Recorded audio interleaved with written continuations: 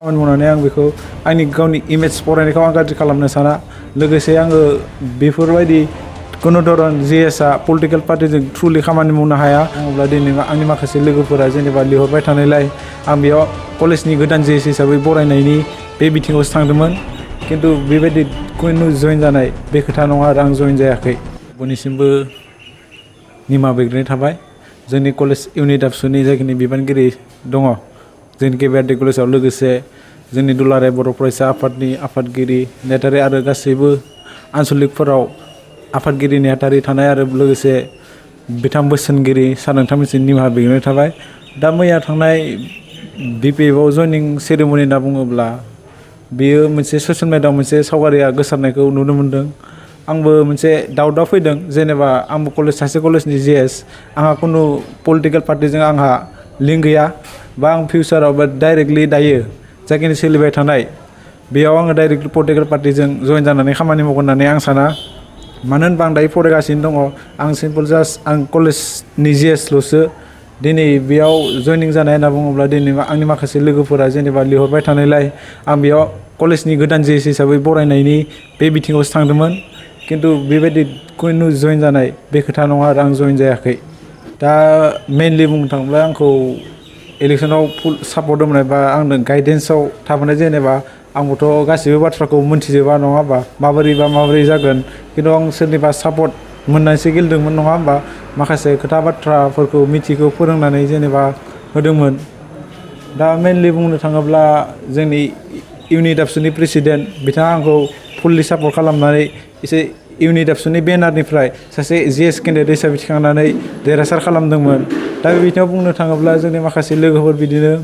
जोंनि कलेजनिफ्राय बारग'लांनाय फरायसाफोर बिथांमोना आंखौ बेयाव जेनेबा जयनिं सेरेमनि होननानै आं बेखौथ' मिथियामोन नाथाय बेयाव आंखौ कलेजनि जिएस गोदान हिसाबै बरायनो लिंहरनाय आं बे लेखायावसो थांनाय जादोंमोन बियो नंखाय थार बेखौ आं बुंगोन मानो होनब्ला आं कुनु धरन दायो फरायबाय थानाय जेनेबा जायखिनि आंनि स्टुडेन्ट डिग्रि लाइफ आं बेखौ कुनु पलिटिकेल पार्टियावबो खामानि मावनानै आं बेखौ आंनि गावनि इमेज फरायनायखौ आं गाज्रि खालामनो साना लोगोसे आङो बेफोरबायदि कुनु धरन जिएसआ पलिटिकेल पार्टिजों थ्रुलि खामानि मावनो हाया मानो होनब्ला मोनसे कलेजाव गासिबो हारि माहारिनि फरायसाफोर थायो बे बिथिङाव बेयाव सोरबाफोर न'खरनि फेमिलि बेकग्राउन्डनिफ्राय फैनाय माखासे पलिटिकेल पार्टि गुबुन पार्टिफोरनिफ्राय फैनो जानो हागौ बिजेपि जेरैबायदि बिजेपि बिपिएफ एजिपि बायदिसिना नाथाय मोनसे कलेजाव गासैबो फरायसाया समान दा स्टुडेन्ट इउनियन बडि होनना बुङोब्ला आं मोनसे बे स्टुडेन्ट इउनियननि सासे दैदेनगिरि जानानै दं हिसाबै जिएस हिसाबै आं दा बेखौनो बुंनो सानदों आं बेयाव जेनेबा जुरित जानाया बेयो आंनि थाखाय मोजां नङाबा बियो उननि फैबाय थानाय फंबाय बिनानावफोरनि थाखाय आरो फरायबाय थानाय फरायसाफोरनि थाखाय बियो मोजां नङा होननानै आं सानो आरो आंथ' कुनु धरन बेयाव जेनेबा सोरबा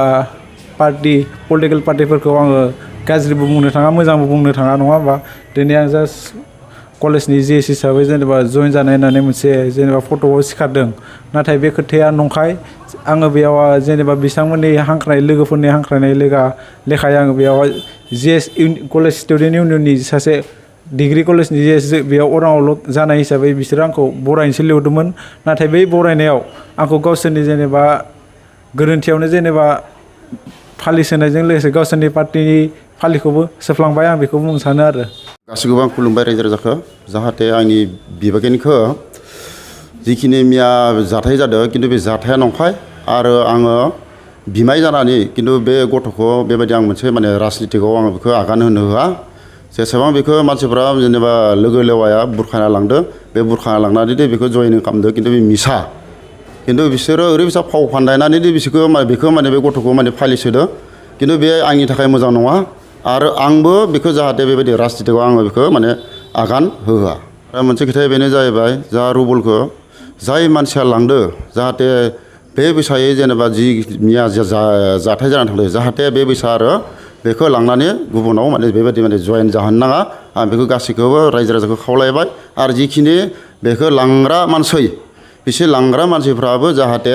बेखौ मोजाङै मोजां माने फरायनो खाबु होयो आं बेखौसो माने गुरैयै खावलायो।